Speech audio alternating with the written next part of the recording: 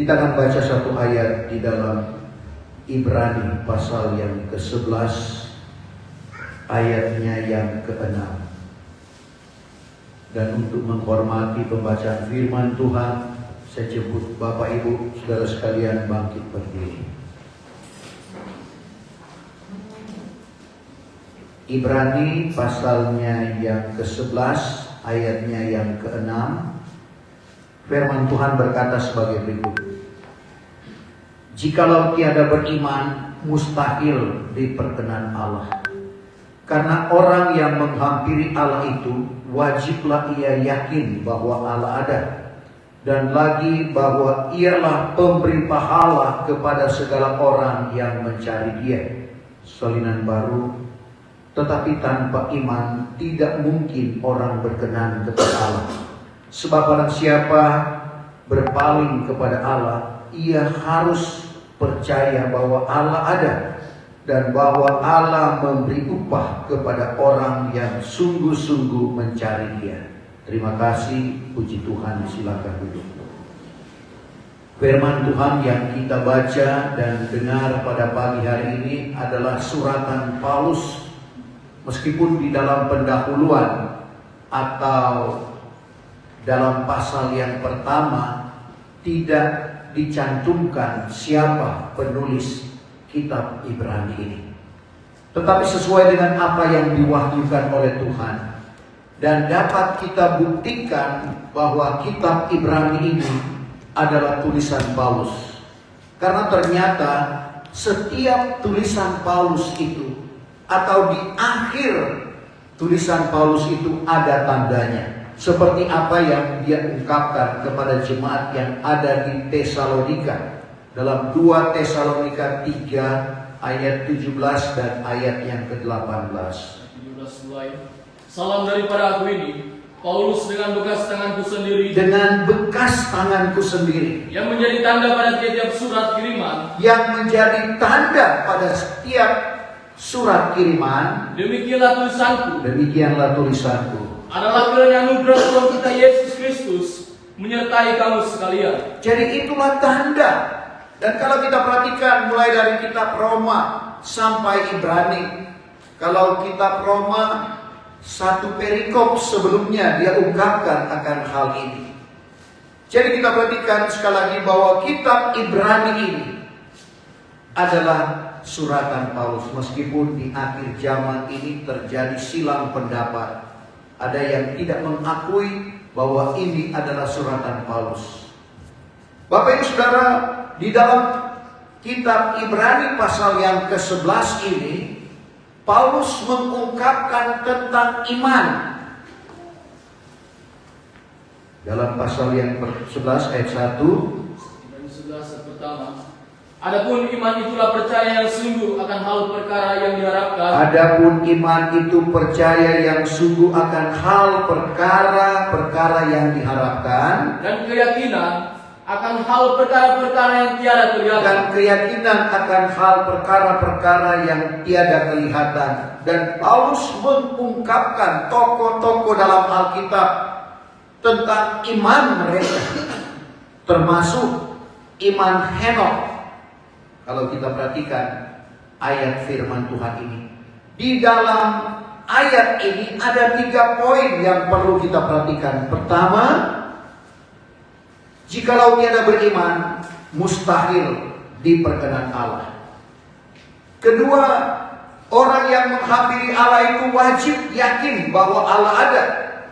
Ketiga, bahwa ialah pemberi pahala kepada segala orang yang mencari Dia. Berbicara tentang iman, salah satu tokoh yang terkenal adalah Abraham, sehingga dia sebut bapa segala orang yang beriman. Karena dikatakan oleh Paulus kepada jemaat yang ada di Galatia, dalam Galatia 3 ayat 7, semua orang yang percaya, semua orang yang beriman, termasuk bapak ibu saya dan saudara, adalah anak-anak Ibrahim. Galatia 3 ayat 7.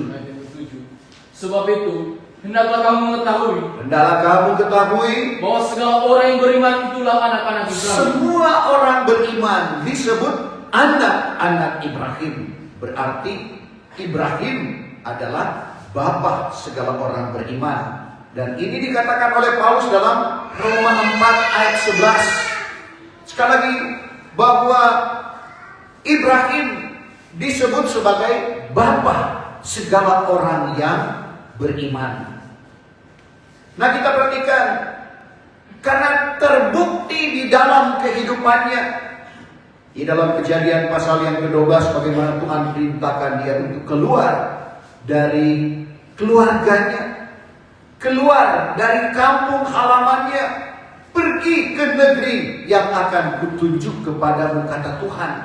Meskipun Tuhan belum sampaikan di mana dia akan pergi, tetapi dengan iman, saudara, Ibrahim menurut akan apa yang dikatakan oleh Tuhan. Dan ini menjadi contoh dan teladan di dalam kehidupan kita untuk menurut apa yang difirmankan oleh Tuhan.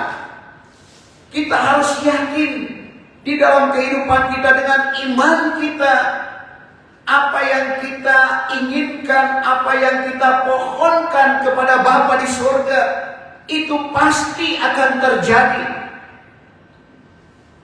Beberapa tahun yang lalu saya pernah ikut KKR, dan saya ada di balkon yang paling belakang, di sudut lagi.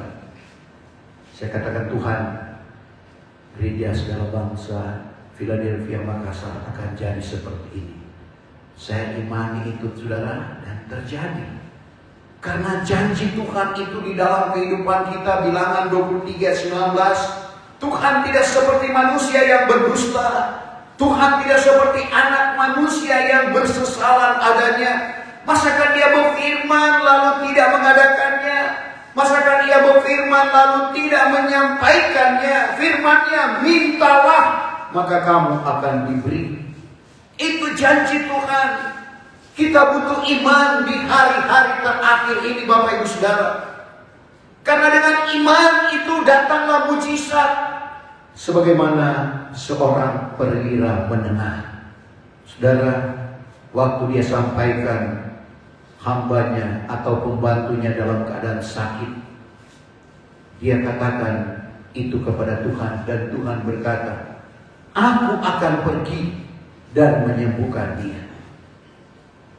Perwira menengah ini, dia punya atasan, dia punya bawahan, yang dia sampaikan kepada Tuhan, Tuhan, tidak usah engkau datang ke rumah hamba. Tidak tahu apa alasannya sehingga dia tidak mengizinkan Tuhan. Dan ini tawaran Tuhan. Berbeda dengan Sakeus. Pada waktu Tuhan menawarkan diri untuk menumpang di rumahnya, dia cepat-cepat turun dan menyambut Tuhan datang ke rumahnya. Tapi yang satu ini beda. Dia juga katakan, dia adalah seorang perwira. Ada atasan, ada bawahan. Kepada bawahan dia katakan pergi, dia pergi. Pembantunya dia bilang datang, datang. Dan dia berkata kepada Tuhan, katakan sepatah kata saja. Ini yang dia minta, saudara. Sehingga membuat Tuhan heran. Kalau kita heran dengan perbuatan Tuhan di dalam setiap pribadi kita, lumrah. Tapi ini Tuhan yang heran dengan tindakan iman dari perwira menengah ini. Kalau kita baca dalam Matius 8, mulai ayat 5 sampai ayat 10. Setelah masuk ke negeri Kapernaum, datanglah kepadanya seorang penghulu laskar memohon kepadanya. Penghulu laskar atau perwira menengah sambil berkata, ya Tuhan, budak saya terbaring di rumah dengan sakit tepuk. Budak hamba saya terbaring di rumah dalam keadaan sakit. Dan teramat sangat sengsaranya. Maka kata Yesus kepadanya, aku akan datang menyembuhkan dia. Yesus berkata, aku akan datang untuk menyembuhkan dia. Tetapi Saul penghulu itu katanya, tapi penghulu laskar itu berkata, ya Tuhan, saya tidak layak bahwa Tuhan masuk ke dalam rumah saya. Saya tidak layak Tuhan datang masuk ke rumah saya.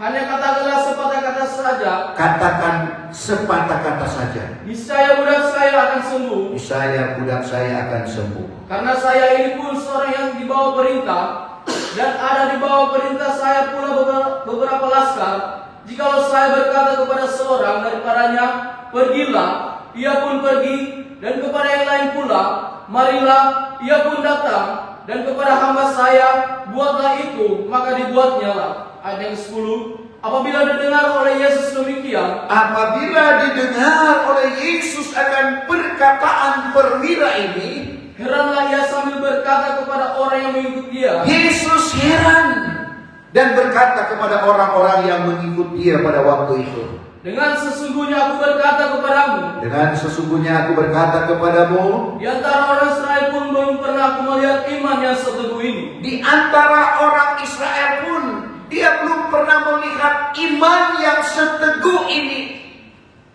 Kita percaya sungguh akan kebenaran firman Tuhan, sehingga mujizat terjadi. Itu yang terjadi kepada perwira menengah ini.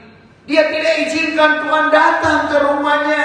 Dia hanya berkata, katakan sepatah kata saja. Dia tidak minta banyak, Bapak Ibu Saudara. Iman yang seteguh ini tidak pernah dilihat oleh Tuhan kepada orang Israel sekalipun. Saya tidak tahu, pernahkah Bapak Ibu dengan imanmu membuat Tuhan heran? Karena keyakinan kita, kepercayaan kita akan kebenaran firman Tuhan.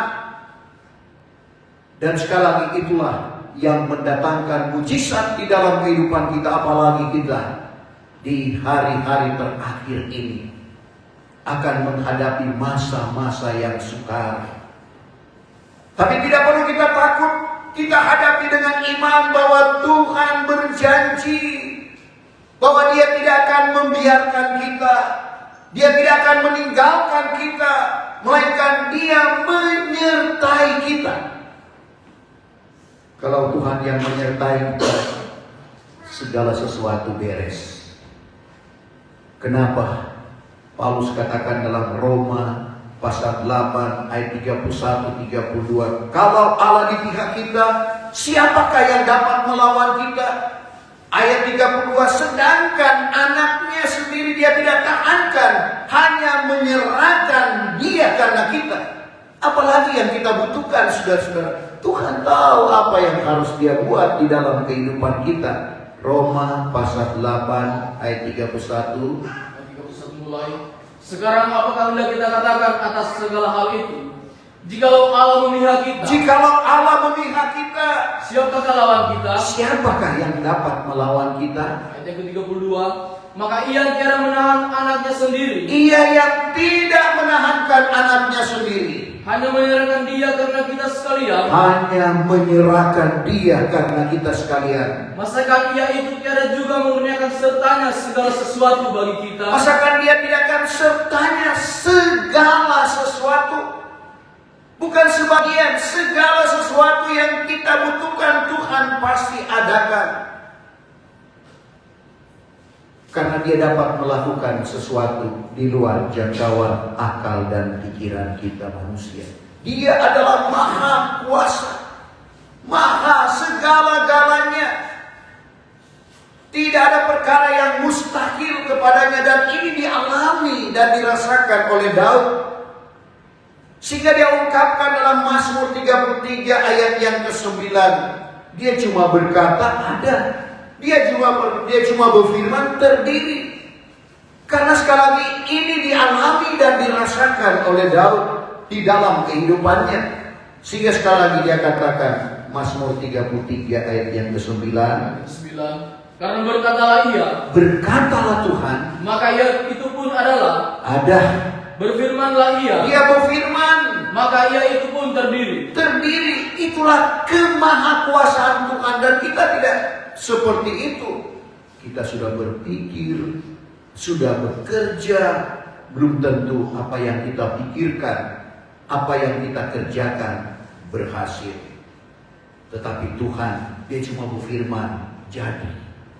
Sebagaimana Dia ciptakan langit dan bumi, beserta dengan segala isinya, termasuk Bapak, Ibu, saya dan saudara sebagai makhluk ciptaannya yang mulia.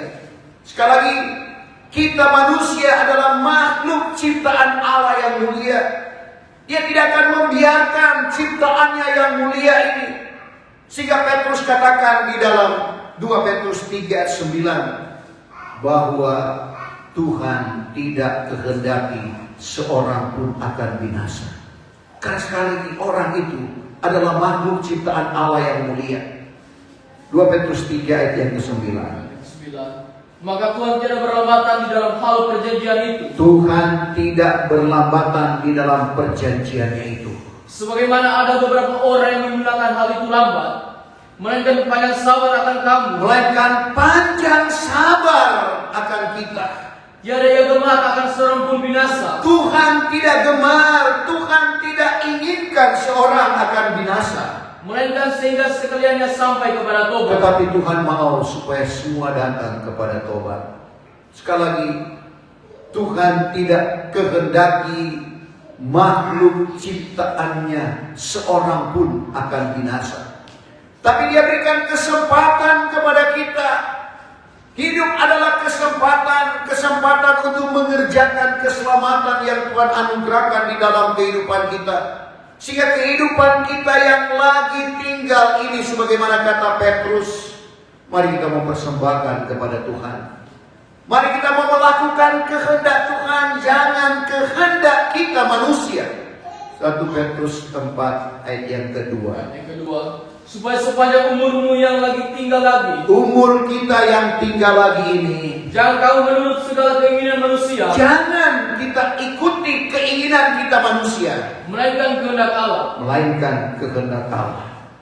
Saudara, memang kita hidup di dalam dunia ini diperhadapkan dengan keinginan-keinginan dunia, keinginan daging atau keinginan tubuh, keinginan mata, dan hidup dengan jemawa atau kesombongan.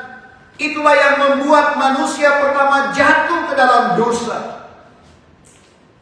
Pada waktu Adam dan Hawa, dalam hal ini Hawa berjalan di tengah-tengah Taman Eden, taman kesenangan. Tiba-tiba, Bapak Ibu Saudara, Lucifer yang telah dicampakkan ke bumi, dia mempergunakan ular yang ternyata adalah binatang yang paling cerdik yang diciptakan oleh Tuhan, menggoda dan memutarbalikkan kebenaran firman Tuhan. Tuhan berkata, semua buah yang ada dalam taman ini boleh kamu makan, kecuali pengetahuan baik dan jahat. Tapi ular yang cerdik berkata, barangkali firman Allah demikian, jangan kamu makan semua buah yang ada dalam taman ini. Dan justru yang dilarang dia perintahkan. Akhirnya manusia pertama tergoda dengan binatang yang paling cerdik yang diciptakan oleh Tuhan. Ada 3 keinginan melihat. Pertama, keinginan mata. Buah pengetahuan baik dan jahat, asik untuk dimakan. Kedua, keinginan tubuh, dia makan buah larangan. Ketiga, hidup dengan jemawa atau kesombongan, karena ada pesan di dalamnya. Kalau engkau makan, engkau tidak akan mati, melainkan engkau akan jadi seperti Allah.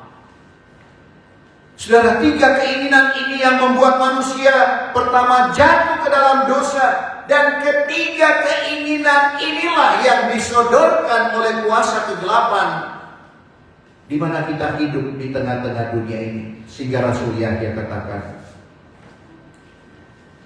dalam 1 Yahya 5 ayatnya yang 1 Yahya 2 ayat 15. Jangan, coba untuk jelasnya kita baca. 1 Yahya 2 ayat 15 mulai.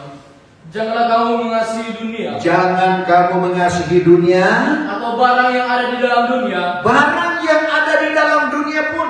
Jikalau barang seorang mengasihi dunia, karena jikalau barang seorang mengasihi dunia, maka kasih Bapa itu tiadalah ada di dalam dia. Kasih Bapa tidak ada di dalam dia. Ayat ke-16. Karena segala yang ada di dalam dunia, apa yang ada di dalam dunia, yang keinginan tubuh atau keinginan daging, dan keinginan mata, dan hidup dengan jemawa atau kesombongan, bukannya daripada Bapa, semua itu bukan daripada Bapa, melainkan daripada dunia. Maka dunia ini lenyap, demikian juga keinginan duniawi. Dunia lenyap dengan segala keinginan duniawi. Tetapi orang yang melakukan kehendak Allah kekal selama-lamanya. Ini janji Tuhan. Sehingga tadi kita sudah baca, jangan kamu melakukan kehendak kamu manusia, melainkan kehendak Allah.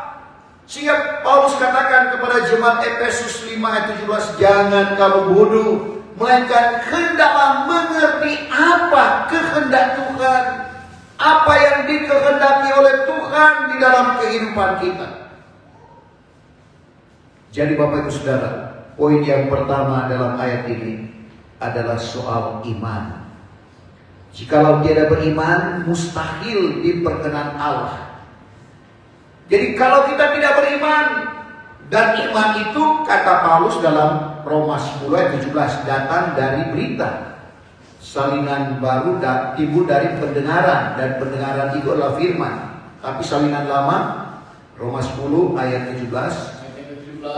Oleh yang demikian, nyatalah iman itu datang daripada berita. Iman datang dari berita. Tetapi berita itu atas sabda Kristus. Berita itu adalah sabda Kristus. Jadi iman muncul setelah kita dengar akan berita firman Tuhan. Dan kalau kita imani itu pasti akan berlaku di dalam kehidupan kita. Kalau tidak beriman, mustahil. Kalau dikatakan kalau tidak beriman, mustahil diperkenan Allah. Jadi kita tidak akan berkenan kepada Allah kalau tidak ada iman di dalam kehidupan kita. Poin yang kedua, karena orang yang menghampiri Allah itu wajib ia yakin bahwa Allah ada. Kita yang menghampiri Allah ini harus yakin, dan kita bersyukur karena apa yang dikatakan oleh Tuhan Yesus dalam Matius 18 ayat 20. Di mana 2-3 orang berhimpun atas namaku, di situ aku ada. Saudara, semua orang boleh berkata demikian. Tapi kita bersyukur Bapak Ibu Saudara, Tuhan membuktikan kehadirannya di tengah-tengah kita. Di mana 2-3 orang berhimpun atas nama Tuhan, di situ Tuhan ada. Tuhan buktikan janjinya. Jadi ayat firman Tuhan yang dikatakan oleh Tuhan Yesus dalam Matius 18 ayat 20 diaplikasikan oleh Paulus dalam 1 Korintus 14 ayat 26. Kita baca dulu Matius 18 ayat 20. Matius 18 ayat 20. Karena barang di mana ada 2 atau 3 orang berhimpun atas namaku. Barang di mana ada 2 atau 3 orang berhimpun atas namaku, kata Tuhan Yesus, disitulah aku ada di tengah-tengah mereka itu. Di situ Tuhan ada, dan wujud kehadiran Tuhan, bukti kehadiran Tuhan. Apa yang disuratkan oleh Paulus dalam 1 Korintus 14 ayat yang ke-26. Apabila kamu berhimpun, masing-masing ada dengan mazmur, yaitu nyanyian di dalam roh. Ada pengajaran, yaitu nubuatan, di mana suara Tuhan terdengar. Ada kenyataan atau penglihatan, karunia penglihatan berlaku. Karunia lidah atau bahasa roh. Karunia lidah yang diartikan, dan semua itu meneguhkan iman kita. Jelasnya 1 Korintus 14 ayat 26. Sekarang bagaimanakah halnya, hai saudara-saudaraku? Bahwa apabila kamu berhimpun, biarlah masing-masing ada dengan mazmur. Ada dengan mazmur, yaitu nyanyian di dalam roh. Ada dengan pengajaran atau nubuatan. Ada dengan kenyataan atau penglihatan. Ada dengan karunia lidah atau bahasa roh. Ada dengan pengetahuan mengartikan makna lidah itu. Maka hendaklah segala hal itu meneguhkan iman. Semua itu meneguhkan iman kita. Jadi Tuhan wujudkan kehadirannya, sehingga karunia-karunia roh berlaku di dalam kehidupan kita. Untuk itu kita perlu rebut karunia-karunia yang telah dijanjikan oleh Tuhan. Karena karunia-karunia itu merupakan pakaian pengantin kita untuk menikah secara rohani dengan Tuhan. Mengingatkan kita Wahyu pasal 19 ayat 7, ketika kawin anak domba sudah sedia, maka istrinya pun ketika kawin anak domba sudah tiba, istri atau pengantinnya, yaitu bapak ibu saya dan saudara, sudah bersedia, siap dengan pakaian perjamuan. Karena Tuhan pernah perumpamakan dalam Matius pasal 22, ada perjamuan besar dan ada orang yang tidak memakai pakaian perjamuan. Lalu Tuhan berkata, "Hai Tolan, bagaimana engkau masuk kemari dengan tidak memakai pakaian perjamuan? Ikatlah kaki tangannya." Tadi dia kebengangan orang itu. Ikatlah kaki tangannya, buang ia keluar. Di sanalah tangisan dan kertak gigi. Dalam Matius 22 ayat 12. Ayat yang ke-12 mulai. Maka berkatalah ia kepadanya, Hai Tolan, bagaimana engkau masuk kemari dengan tiada memakai pakaian perjamuan kawin? Bagaimana engkau masuk kemari dengan tidak memakai pakaian perjamuan kawin? Maka kebenganganlah orang itu.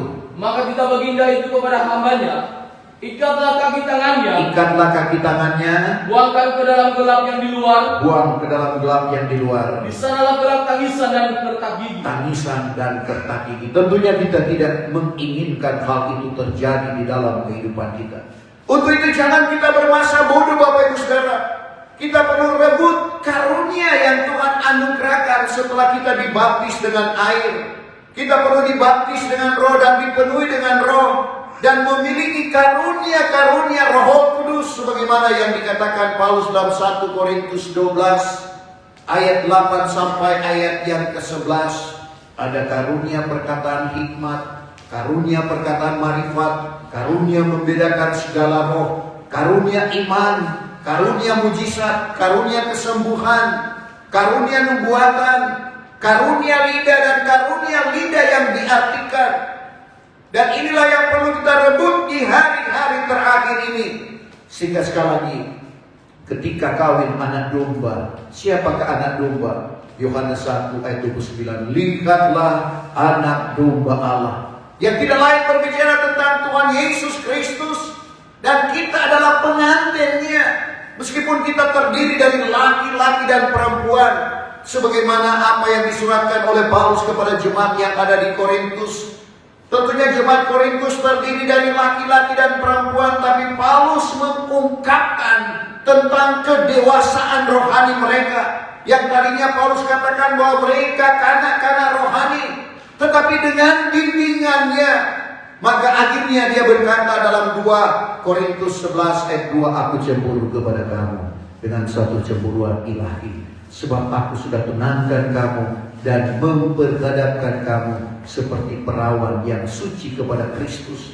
Demikian dengan Bapak Ibu saya dan saudara, kita sementara dipertunangkan dan satu waktu akan menikah. Menikah artinya menyatu. Dan syarat untuk menyatu sebagaimana benda, kalau tidak senyawa tidak akan menyatu. Demikian juga dengan kehidupan kita.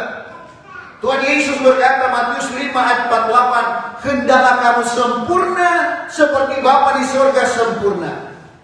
Jadi Bapa di surga sempurna. Kristus katakan hendaklah kita sempurna. Paulus kepada jemaat yang ada di Efesus pasal 4 ayat 13, di mana kita menjadi orang yang akil balik, artinya dewasa rohani, dan bertambah-tambah sempurna sama dengan Kristus. Bapa di surga sempurna, Kristus sempurna. Dan untuk syarat apa yang didoakan oleh Tuhan Yesus dalam Yahya 17 ayat 21, berarti kita juga harus sempurna. Ayat 17 ayat 21, supaya semuanya jadi satu juga sama seperti engkau di dalam aku ya Bapa, dan aku pun di dalam engkau, supaya mereka itu pun jadi satu di dalam kita. Supaya mereka, Bapak, Ibu, saya dan saudara menjadi satu dengan Bapa, satu dengan Kristus. Sehingga isi dunia ini percaya bahwa engkaulah yang menyuruh aku. Jadi kita lihat apa yang didoakan oleh Tuhan Yesus akan terjadi di ujung akhir zaman ini. Karena kita berada pada meterai yang keempat, kuda kelabu. Di ujung meterai yang keempat akan terjadi apa yang namanya kegerakan rohani yang besar, yang akan membawa Bapak Ibu saya dan saudara untuk disempurnakan roh, jiwa, dan tubuh. Karena Bapak Ibu saudara, kedatangan Tuhan pada kali yang kedua ada dua fase. Fase pertama dia hanya datang di atas awan, dan dia akan menjemput orang-orang pilihannya. Siapakah yang akan dijemput Bapak Ibu saudara? Yaitu orang-orang yang sudah disempurnakan roh, jiwa, dan tubuh. Itu Paulus katakan kepada jemaat Tesalonika, 1 Tesalonika 5 ayatnya yang ke-23. Maka Allah sendiri yang pohon sejahtera itu, Allah sendiri yang pohon sejahtera itu, menguduskan kiranya kamu dengan sempurna, menguduskan kamu dengan sempurna, dan segenap roh, dan nyawa, dan tubuh kamu terpelihara, dengan tiada bercacat celah pada masa kedatangan Tuhan kita Yesus Kristus. Tidak bercacat celah pada masa kedatangan Tuhan. Sempurna artinya lengkap, dan itulah tujuan iman kita percaya kepada Tuhan, supaya kita dibawa pada kesempurnaan. Tuhan sudah ungkapkan itu sehingga kita dapat bercermin sudah sampai di mana tingkatan iman kita. Sudah dibaptis dengan air pada tingkat yang keempat, tingkat kelima baptisan roh, kepenuhan roh, tingkat yang keenam karunia-karunia roh. Dan karunia-karunia roh itu menentukan jawatan Tuhan, dan akhirnya kita mengeluarkan buah-buah roh. Itu perbuatan ajaib. Lalu yang ketujuh adalah sempurna. Itulah tujuan Tuhan memanggil Bapak Ibu saya dan saudara. Jadi poin yang kedua, karena orang yang menghampiri Allah itu wajib ia yakin bahwa Allah ada. Kita harus yakin bahwa Allah ada bersama-sama dengan kita. Dan yang ketiga, bahwa ialah pemberi pahala kepada segala orang yang mencari Dia. Pahala apa yang dapat kita dapatkan apabila kita mencari Tuhan? Pengalaman dari Daud yang selalu mencari Tuhan. Pertama, bagaimana Tuhan keluarkan dia dari ketakutannya. Dia dikejar oleh Saul. Tujuannya untuk dibunuh. Siapa yang tidak takut kalau dikejar untuk dibunuh? Tentunya takut. Tapi setelah dia mencari Tuhan, ungkapannya dalam Mazmur 34 ayat 5. Ayat kelima, bahwa aku sudah mencari Tuhan. Aku, Daud, sudah mencari Tuhan. Lalu ia pun menyaut akan aku, dan dikeluarkannya aku daripada segala ketakutan. Dikeluarkannya aku dari segala ketakutan. Banyak hal yang membuat kita takut. Semua kita pernah merasa apa yang namanya takut. Tapi solusi untuk keluar dari ketakutan itu, kita perlu mencari Dia. Seperti yang kita lakukan saat ini. Karena kalau kita utamakan Tuhan, Tuhan akan utamakan kita. Kalau kita sibuk dengan Tuhan, Tuhan juga sibuk dengan kita.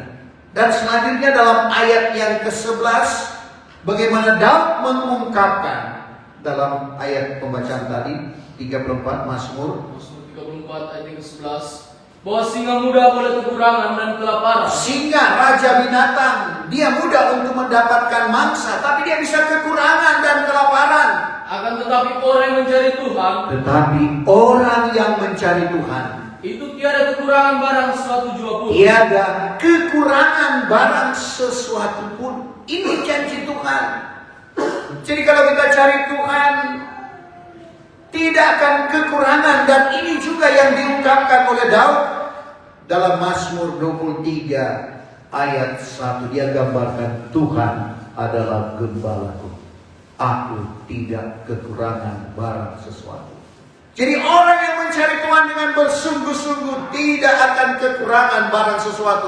Berarti Tuhan cukupkan. Mazmur 23 ayat 1. Mazmur 23 ayat pertama, Mazmur Daud, bahwa Tuhan itulah gembalaku. Tuhan itulah gembalaku, maka tidak aku akan kekurangan sesuatu pun. Tidak aku kekurangan, berarti Tuhan cukupkan segala sesuatu yang kita perlukan. Jadikan Tuhan sebagai gembala kita. Kita sebagai domba yang harus menurut akan gembala itu, sehingga tidak akan kekurangan barang sesuatu pun di dalam kehidupan kita. Karena janji Tuhan, Dia tidak pernah tinggalkan orang yang mencari Tuhan. Mazmur 9 ayatnya yang ke-11. Mazmur 9 ayat yang ke-11. Segala orang yang mengetahui akan namamu itu akan harap padamu, sebab belum pernah ya Tuhan. Sebab belum pernah ya Tuhan, Engkau meninggalkan orang yang mencari Engkau. Engkau meninggalkan orang yang mencari Engkau. Belum pernah Tuhan tinggalkan, dan ini janji Tuhan. Sebagaimana komando Tuhan Yesus kepada murid-muridnya dalam Matius 28 ayat 20, ketahui, Aku menyertai kamu senantiasa sampai pada kesudahan alam. Ini janji Tuhan. Dan kalau kita senantiasa mencari Tuhan, kita akan mengerti segala sesuatu. Jangan lagi kita berkata banyak perkara yang tak dapat ku mengerti. Orang yang berkata demikian berarti tidak mencari Tuhan. Karena Raja Soleman berkata dalam Amsal 28 ayat 5, bahwa orang yang mencari Tuhan mengerti segala perkara, mengerti segala sesuatu. Amsal 28 ayat yang ke-5. Orang jahat tidak mengerti barang yang benar. Orang jahat tidak mengerti barang yang benar. Tetapi orang yang mencari Tuhan mengerti segala perkara. Orang yang mencari Tuhan mengerti segala perkara. Kita tidak akan berkata kenapa terjadi demikian, karena segala sesuatu yang terjadi di dalam kehidupan kita atas seizin Tuhan. Sekali lagi kita akan memahami apa maunya Tuhan di dalam kehidupan kita. Dan yang mencari Tuhan juga, asalkan dengan bersungguh-sungguh, pasti akan mendapatkan kebahagiaan. Salah satu rahasia bahagia dalam Mazmur 119 ayat yang kedua, berbahagia. Mazmur 119 ayat yang kedua.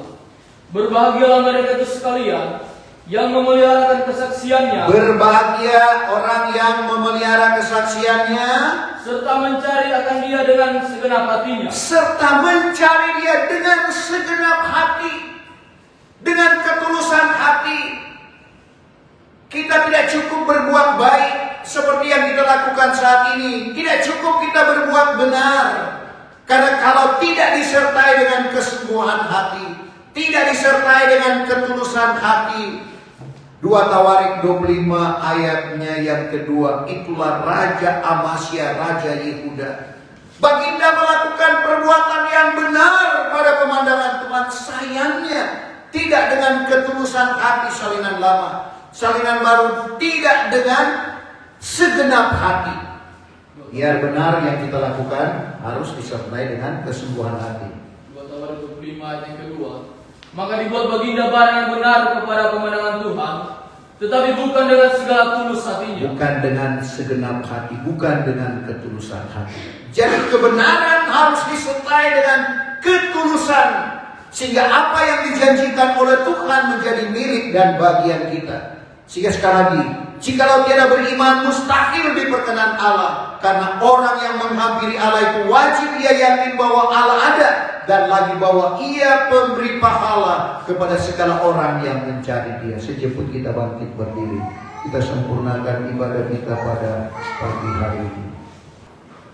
Betapa besar kasih-Mu Allahku. Jangan lupa like, dan subscribe. Terima kasih sudah menonton.